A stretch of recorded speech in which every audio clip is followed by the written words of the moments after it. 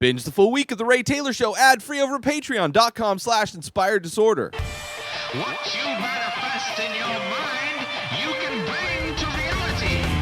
Fear Street, Part 1, 1994 is the movie I'm talking about in this episode, a Netflix film, one of 3 parts, which I will be reviewing each week on Saturdays. And this is Part 1, and each one takes place a different year, obviously, as I said, 1994. It's a fun, high school slasher film. I think it's based off of a book series, potentially. I think I read that let's see, credits here. Let's see, story by, based on the Fear Street books. R.L. Stine. So interesting.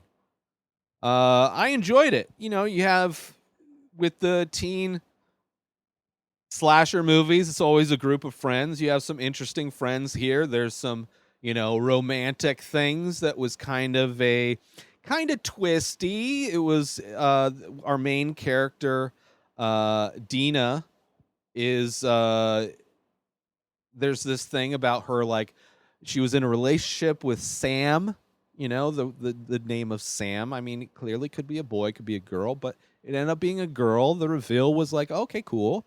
Felt like maybe they wanted a bigger, that to be more of a misdirect, but I enjoyed it. I enjoyed the friend group. I think Josh, who is the brother of Dina, is somebody that would have been one of my best friends in high school. All of my friends in high school were outcast nerd, computer nerd guys, artists, but we played pickup basketball together. So he would have definitely been one of my best friends. And we see him chatting on AOL Instant Messenger or whatever to one of his friends. I remember even he speaks in this sword and sandal kind of oh my lady and oh my liege.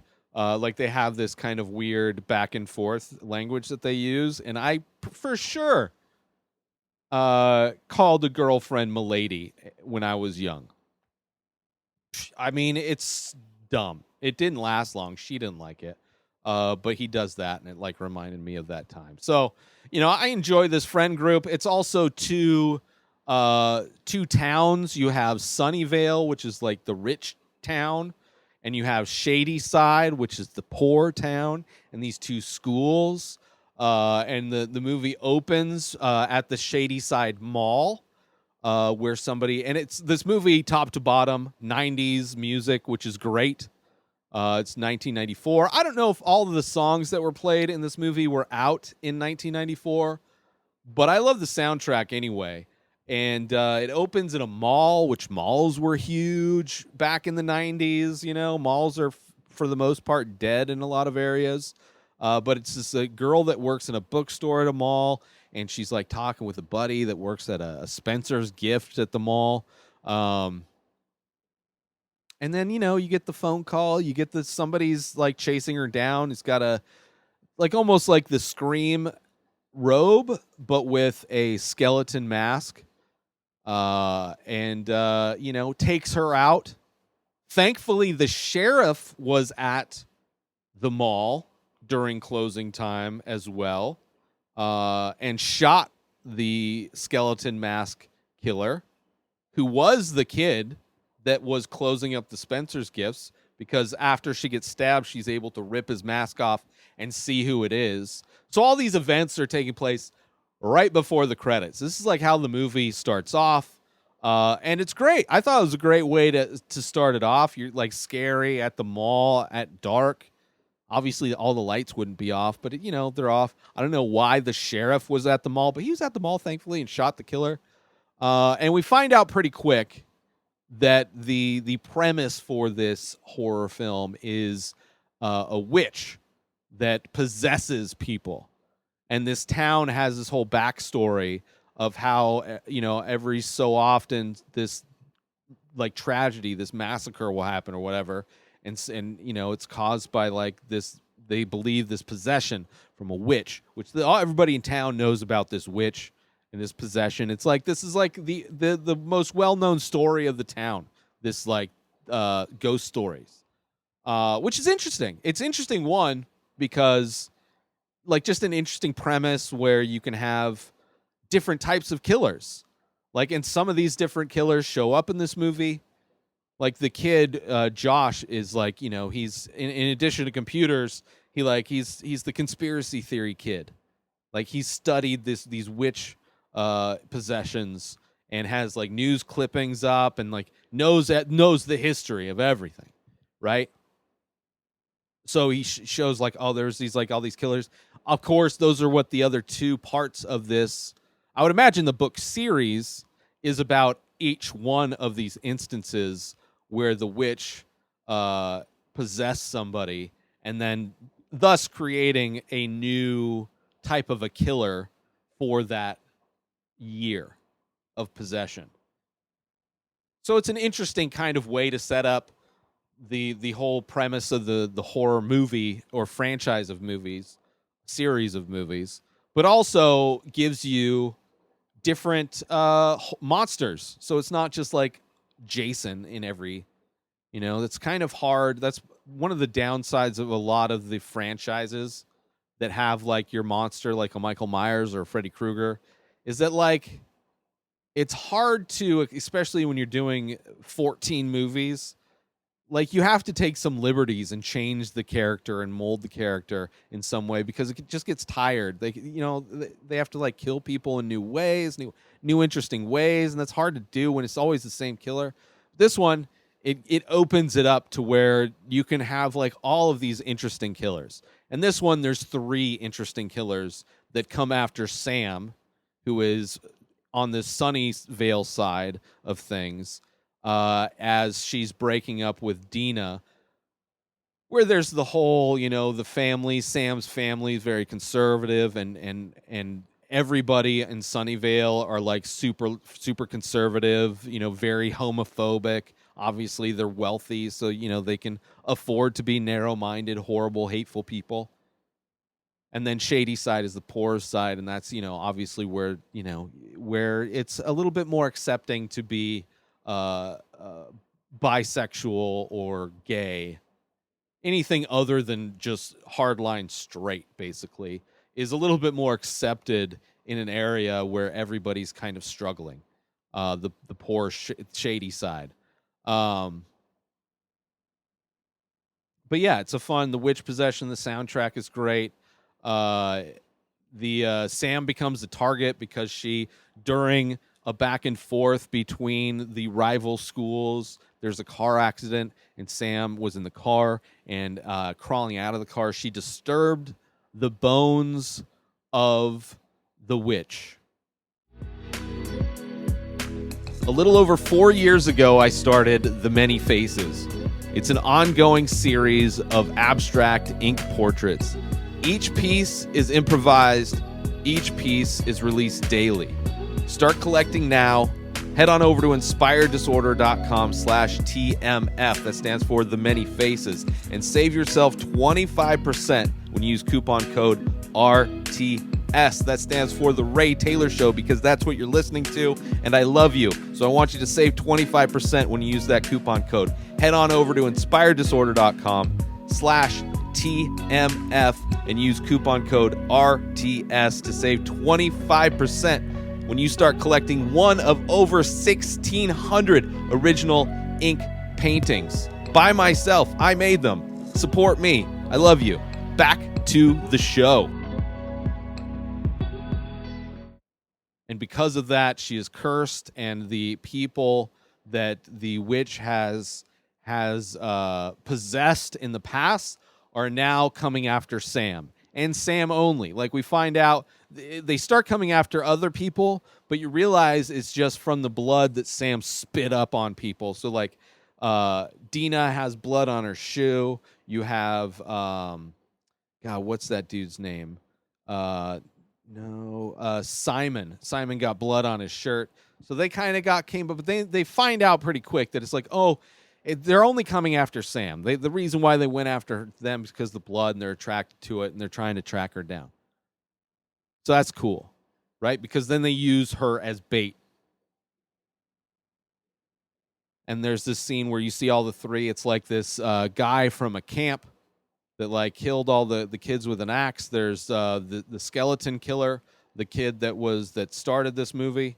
And then there was this woman who was like a hairdresser, and she killed like her family, and she uses like a straight razor to kill people. Those are like the three killers that are after these kids. So they find out Sam, they use her as bait, which is some, as they introduce the different kind of possessed characters, it's interesting.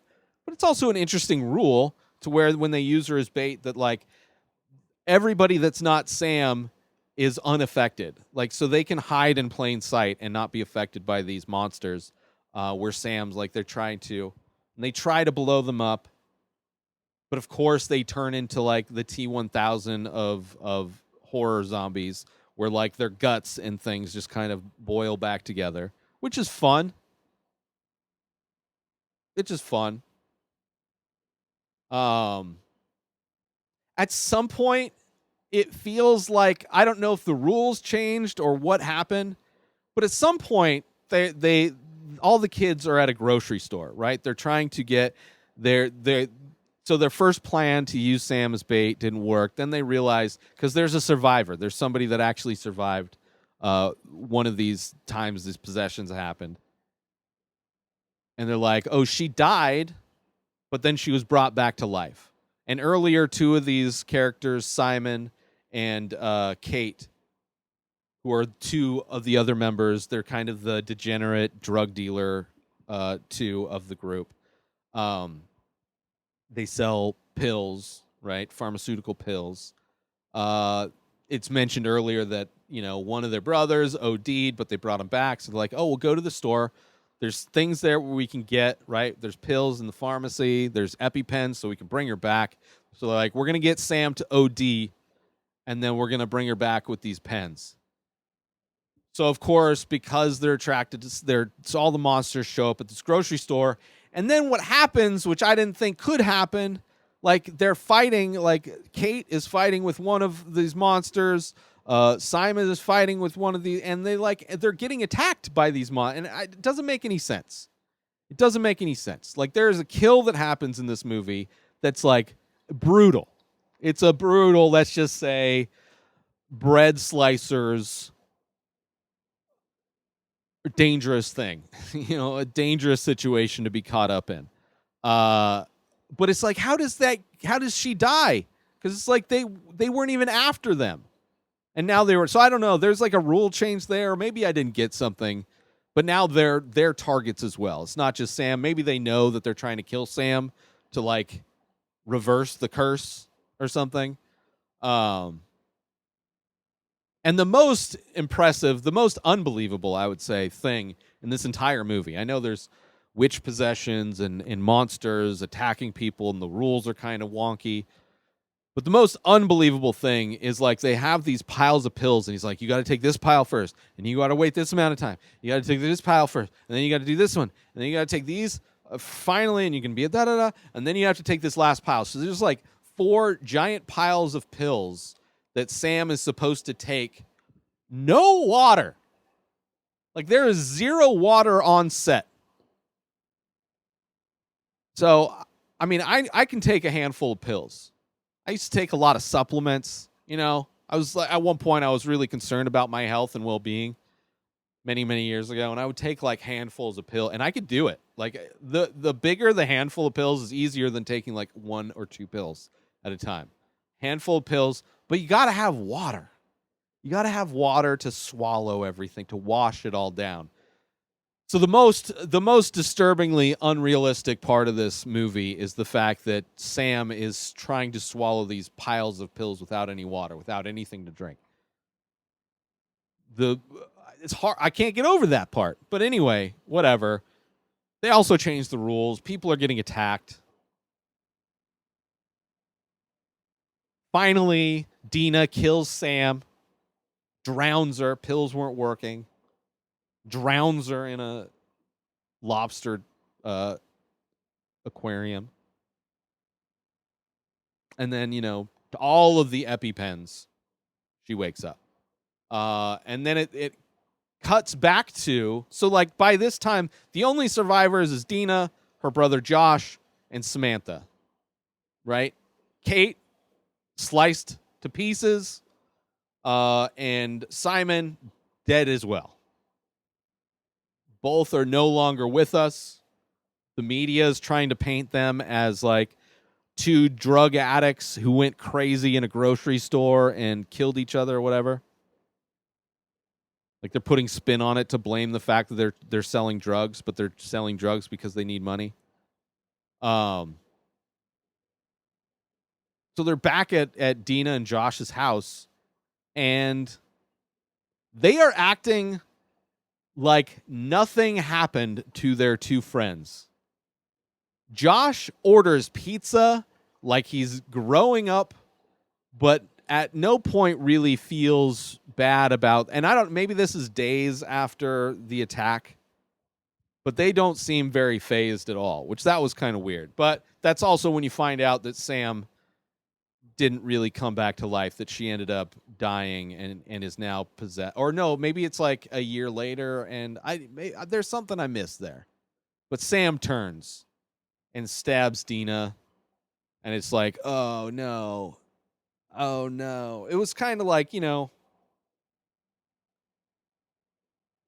was, kind of expected, I guess. It was expected that, the killer always comes back. Like, it's never always done when you think it's done. So the fact that they have this scene, and it's also this dude, Josh is talking to his girlfriend online, or whatever, the person he chats with online, and he's, like, defending his two friends because of the rumors that the media is spreading about them just being drug addicts or whatever. So there was some compassion in that, but other than that, they just seemed fine. I don't know. That was the only other, aside from the rule change, the fact that they were super over their friends being dead was also kind of whatever. But in all, I enjoyed it. I enjoyed the killers. I enjoyed the just the slasher film of it. The kills were cool. I enjoyed the story, even though that rule change break thing, whatever. And I'm excited to see the next two movies in the franchise. In this series. The next one is apparently like a camp, like a sleepaway camp type of a horror movie. So we'll see how many references to sleepaway camp there are. Probably I should watch Friday the 13th, because I'm sure that was one of the original, if not the original, sleepaway camp type of a horror movies. But looks like that's what the next one is going to be about, and some interesting new killers as well. So yeah, I mean, I'm excited. I'm digging the universe, the world that they're building with having these different things that are being possessed by the witch. And I think the first one is about the witch. So yeah, Fear Street Part 1, 1994, great soundtrack, fun slasher movie. I just spoiled the heck out of it, so just forget everything I said and go watch it. But you should have watched it. I spoil everything on this show. I try and say go watch it at first. I do like a little bit at the top. It's like, hey, before spoilers, whatever. I don't say that, but, I get into movies. I want to talk about the movies. So, yeah, Fear Street Part 1 is a lot of fun. Go watch it. New episodes of The Ray Taylor Show come out every single day. Subscribe on IGTV, YouTube, and everywhere else podcasts are found. Binge the full week ad-free over at patreon.com/Inspired Disorder. Buy Ray Taylor Show merch over at inspireddisorder.com. Follow the show on Instagram @Ray Taylor Show. Have a wonderful day, everybody. Peace.